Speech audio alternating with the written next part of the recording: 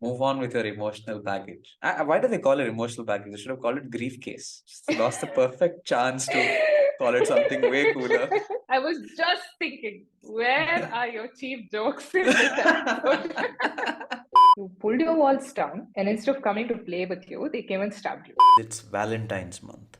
Maximum stress and panic if you're single. But don't worry, we got you covered. And when I say we, I mean Priyanka Bharadwaj and I.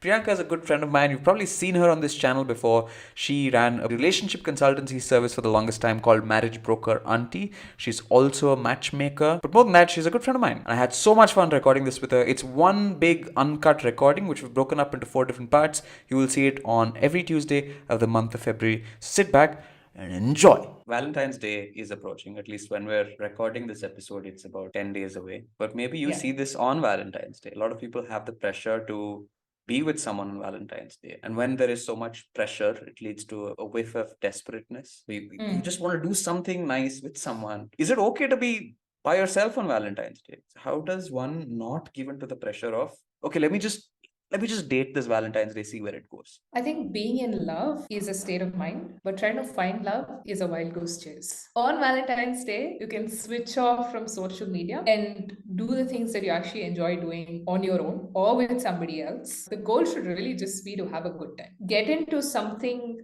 knowing that you have enough control to be able to have a good time. For example, 2 decisions. Let's say you enjoy playing guitar. You can spend the day playing guitar and you know that it's going to be a reasonably good day. On the other choice being, you say, hey, I think I'm going to feel great if I were to go on a date with a really hot girl. Maybe probably better than playing guitar. So I'll go for that. You don't really have control over that. You can really choose in terms of outcomes, which is more likely to happen, and do something that you enjoy doing, which means that you will have a pleasant day. You're more likely to have a pleasant day. There's this unnecessary pressure to do something, and I get it. And that pressure just gets intensified on social media or in your peer group or whatever. Do whatever you need to stay away from it. There's one more thing I want to talk about. People who are flaky, people who show interest, they want to pursue you, they woo you, they serenade you. And when you're finally on board, they don't want you anymore and they flake. And for you, you finally just allowed your walls to fall down a little bit, collapse a little bit, and you're just giving in. It's taken you a lot of effort to do that. And all of a sudden, it's too late to raise those walls back up again. And you start questioning, why did I even indulge? So, how do you raise your hand and walk away clean from such an incident where you're being flaked on, where you're being ghosted? Why do you think that happens?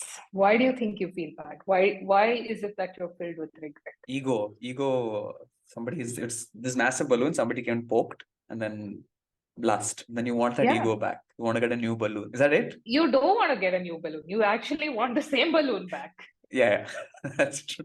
Because if you're saying, I want to build those walls back up, that's the assumption that they were in place in the first place. It's not wrong to have walls up in the first place. No, I'm saying you are regretting your action right now in reference to something that's happened in the past. You're not evaluating that situation in its entirety as a fact as is. It sucks relative to a time when you weren't invested. It sucks relative to what could have happened if the walls had continued, or it sucks relative to what could have happened if they hadn't done this stuff. The only thing you're not focusing on right now is what's actually happened. You pulled your walls down, and instead of coming to play with you, they came and stabbed you. So what does that do? That hurts. What do you do when you're hurt? You look where you're hurt, you tend to it, tie up a band-aid, and move on. Move on with your emotional baggage. Why do they call it emotional baggage? They should have called it grief case. Just lost the perfect chance to call it something way cooler.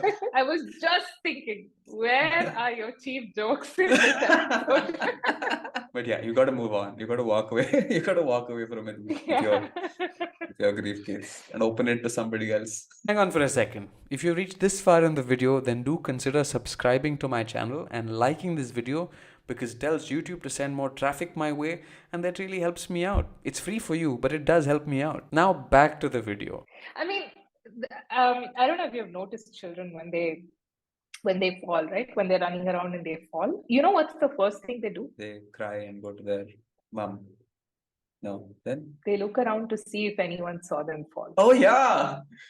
Trick question. Yeah. If nobody reacts to them, if nobody makes eye contact with them, nobody reacts to them, they just get up and go. But just in case the mother makes eye contact with the child, even if the child is not hurt, it will bawl. Children are afraid of humiliation, just like we adults are. But really, a lot of these experiences don't actually hurt us as much as we think they hurt us. They only hurt us in reference to things that we believe should actually be happening. I've been there too. I've been hurt too. But in retrospect, I'm like, why did I make such a big deal of it? Right. And I can only say this in retrospect. Like the place where I am in right now, a lot of people who go through this feeling is, when they try to hit it off with somebody at work, doesn't go the way they want. They have to see the same person at work the next day, and their peers also know about it. So that's the equivalent of everybody else watching you. Even if they don't actively know what's going on, you feel like they've sensed something is off about you.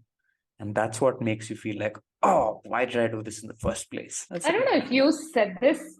I feel like you said this in one of your videos. People aren't thinking about you as much as you think they are thinking about you. Yeah. This is the spotlight effect. You feel like there's a virtual spotlight Yeah. following you everywhere, but you're not that important. Yeah. So yeah, they'll probably see you the next day, or you think they'll see you the next day, but I don't think. Yeah, no one cares.